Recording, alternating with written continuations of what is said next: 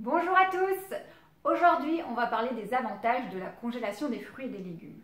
Alors, l'objectif de la congélation, c'est de porter à très basse température, moins 18 degrés, moins 24 degrés, les aliments pour qu'ils soient conservés plus longtemps. Alors, au départ, les légumes vont être récoltés, puis nettoyés, épluchés, coupés en morceaux pour certains, puis blanchis et ensuite portés à très basse température pour être congelés. Alors, il y a des avantages à consommer ces aliments et donc on va les voir un petit peu tous. Donc, dans le premier avantage, c'est l'aspect nutritionnel. C'est vrai que ça va être des aliments qui vont contenir un bon apport en vitamines et minéraux.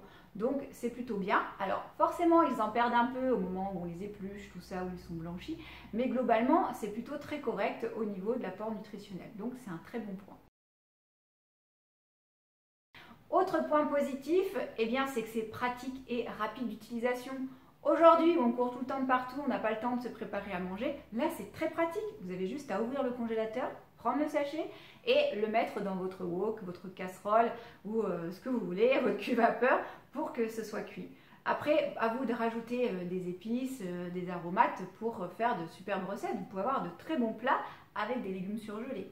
Donc voilà, c'est un très bon point, c'est très pratique, donc il n'y a pas d'excuse. Quand on est pressé, on peut quand même manger des légumes. Là, on n'a même pas besoin de les éplucher, rien à faire, juste ouvrir le sachet et le mettre dans la casserole.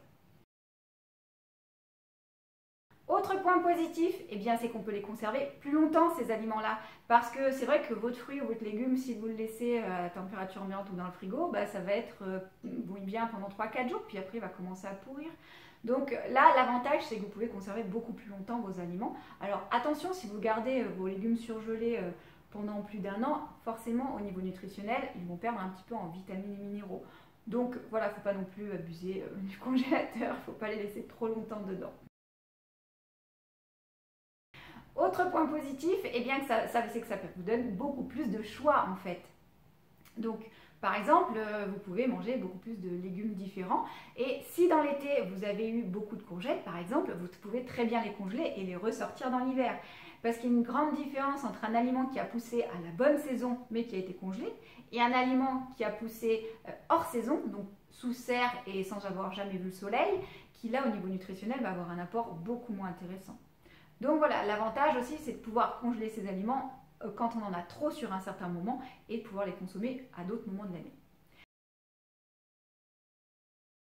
Autre point positif, c'est que c'est pas cher. Donc voilà, il n'y a pas d'excuse non plus pour ne pas en manger. C'est accessible pour tout le monde. Alors globalement, il faut faire attention à une chose, c'est les légumes surgelés cuisinés. Parce que s'ils sont cuisinés, la plupart du temps, il y a beaucoup plus de matière grasse, beaucoup plus de glucides et beaucoup plus de sel. Donc c'est pas du tout intéressant. Il vaut mieux choisir vos aliments congelés le plus naturel possible. Normalement, il doit être dans la liste des ingrédients, il ne doit y avoir que le légume, rien de plus. Après, c'est à vous d'agrémenter lorsque vous allez cuisiner. Donc voilà, comparé à un produit frais, c'est sûr que le must, ça reste le produit frais qui vient juste d'être récolté, mais la congélation a quand même des avantages qui sont plutôt positifs. Voilà. Alors, je vous laisse mettre en commentaire le légume que vous aimeriez pouvoir manger toute l'année. Et puis, si vous avez des questions, des commentaires, n'hésitez pas à les mettre sous la vidéo, je me ferai un plaisir de vous répondre. Et si vous souhaitez tester mon accompagnement diététique en ligne, n'hésitez pas à m'envoyer un mail ou un message en privé, je me ferai une joie de vous répondre. Et puis bien partagez, likez et surtout, prenez soin de vous.